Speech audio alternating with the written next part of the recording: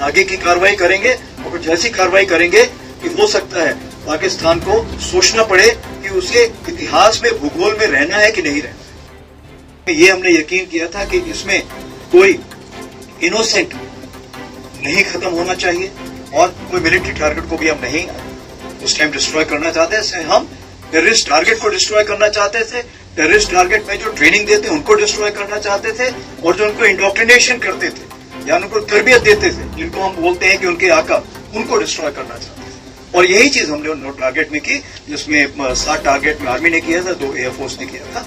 और इस बार हमने हर टारगेट को डिस्ट्रॉय करने का प्रूफ भी दिखाया दुनिया को। ये तो पाकिस्तान छुपा ले जाता था, बट इस बार हमने दिखाया कि ये देखिए यहाँ पे हमने ये डिस्ट्रॉय किया, ये डिस्ट्रॉय किया। और सारी जो खबर है तकरीबन 35 से 40 तो पहले नाम आए थे, लेकिन आपको पता है कि जब वो उनका 14 अगस्त को उन्होंने गलती से एक लिस्ट जाहिर कर दी थी जिसमें 100 से भी ज्यादा नाम थे जो कि वहां पर लोग खत्म हुए। और ये मैं फौजियों की बात कर रहा हूं जो वहां पे खत्म हुए थे। टेररिस्ट जो है वो तो बहुत ही ज्यादा थे, ठीक है, तो टेररिस्ट को तो वो गिनते ही नहीं।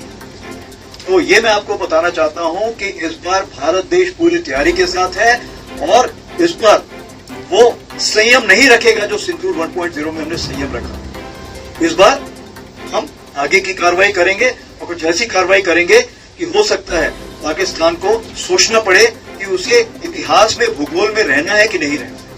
अगर उसे भूगोल में अपनी जगह बनानी है तो उसके लिए उसे जो स्टेट स्पॉन्सर टेररिज्म जिसको हम बोलते हैं, यानी कि उसका देश जो टेररिज्म को स्पॉन्सर कर रहा है उसे रोकना पड़ेगा। तो हमें सीखने को मिली कि यहाँ पे जो लड़ाई है वो सिर्फ फौज की लड़ाई नहीं है, यहाँ पे देश की लड़ाई है। और देश का मतलब यह होता है कि यहाँ का हर आम नागरिक से लेके हर यहाँ पे जो हमारे नुमाइंदे मेरे बाएं तरफ हैं, ये सारे उसमें शामिल, ये से पूरी अच्छी तरह से शामिल, इंटेलिजेंसी शामिल, पुलिस शामिल, जिसको भी आप बोलिए वो सब शामिल इस लड़ाई में लड़े।